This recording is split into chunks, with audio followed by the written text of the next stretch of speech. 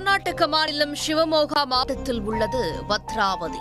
இந்த ஊரை சேர்ந்தவர்கள் சந்திரப்பா, ஜெயம்மா தம்பதி. இவர்களுக்கு 3 பிள்ளைகள் உள்ளனர். மூவரும் திருமணம் செய்து கொண்டு வெவ்வேறு ஊரில் வசித்து வருகின்றனர்.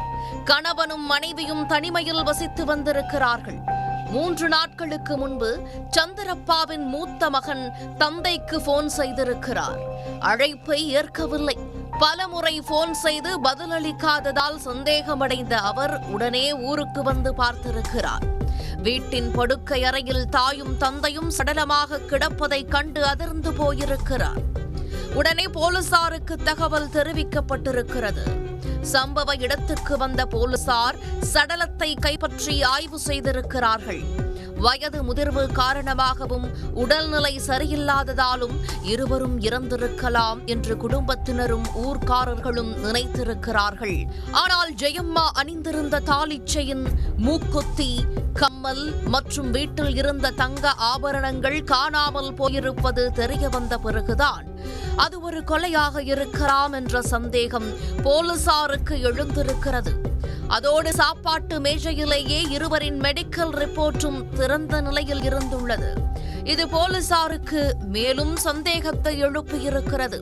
முதற்கட்ட விசாரணையில் இந்த தம்பதிக்கு சந்திரப்பாவின் சகோதரி மகனான மல்லேஷ் என்பவர் அடிக்கடி வீட்டுக்கே வந்து மருத்துவம் பார்த்து சென்றது தெரிய வந்திருக்கிறது. 44 வயதான மல்லேஷ் ஒரு ஆயுர்வேத மருத்துவர். அதோடு பயிற்சி பெற்ற அனஸ்தீசியா மருத்துவரும் கூட.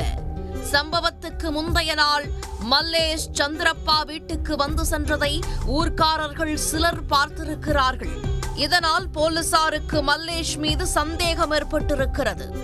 உடனே அவரை காவல் நிலையத்திற்கு அழைத்து வந்து விசாரித்திருக்கிறார்கள். அதில்தான் அவர் தங்க நகைகளுக்கு ஆசைப்பட்டு அத்தையையும் மாமாவையும் மயக்க மருந்து கொடுத்து கொலை செய்த கொடூரம் அம்பலமாக இருக்கிறது. மல்லேஷ் பலரிடம் கடன் வாங்கியிருக்கிறார். கடன் கொடுத்தவர்கள் அவருக்கு நெருக்கடி கொடுத்திருக்கிறார்கள். இந்த சூழலில்தான் மல்லேஷ் தனது மாமாவான சந்திரப்பாவிடம் 15 லட்சம் ரூபாய் கடன் கேட்டிருக்கிறார். ஆனால் தன்னிடம் பணம் இல்லை என சந்திரப்பா கூறவே பணத்தை வைத்துக் கொண்டே கடன் தர மறுத்ததாக நினைத்த மல்லேஷ் ஆத்திரமடைந்திருக்கிறார். ஜெயம்மா எப்போதும் கழுத்தில் தங்க நகைகளோடு உலா வருவதும் வீட்டில் நகைகள் இருப்பது மல்லேஷுக்கு தெரியும். இதனால் இருவரையும் கொலை செய்து நகைகளை அபகரிக்க திட்டம் போட்டிருக்கிறார்.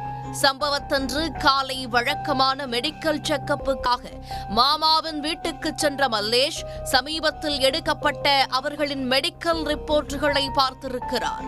இருவருக்கும் மூட்டு வலி அதிகமாக இருந்ததால் ஒரு ஊசி போட்டால் எல்லாம் சரியாகிவிடும் என கூறி மயக்க மருந்தை ஊசி மூலம் இருவரின் உடலிலும் செலுத்தியிருக்கிறார்.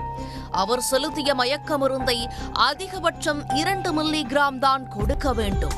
ஆனால் மல்லேஷ் இருவருக்கும் தலா 50 மில்லிகிராம் மயக்க மருந்தை கொடுத்திருக்கிறார். ஊசி போட்ட 5 நிமிடத்திலேயே இரத்த அழுத்தம் குறைந்து இருவரும் சுய நினைவை இழந்திருக்கிறார்கள். மயக்கத்திலேயே இருவரின் உயிரும் பிரிந்திருக்கிறது. சடலங்களை படுக்கை அறையில் வீசிய மல்லேஷ் ஜெயம்மா அணிந்திருந்த மற்றும் வீட்டில் இருந்த 80 சவரன் நகைகளை எடுத்துக்கொண்டு தப்பிச் சென்றிருக்கிறார். அடகு கடை ஒன்றில் தங்க நகைகளை அடகு வைத்த மல்லேஷ் அந்த பணத்தில் கடனை அடைத்திருப்பது விசாரணையில் தெரிய வந்திருக்கிறது. இந்த சம்பவம் தொடர்பாக வழக்கு பதிவு செய்த போலீசார் மல்லேஷை கைது செய்து சிறையில் அடைத்திருக்கிறார்கள். உடனுக்குடன் செய்திகளை தெரிந்து கொள்ள சன் நியூஸ் பெல் ஐகானை கிளிக் பண்ணுங்க.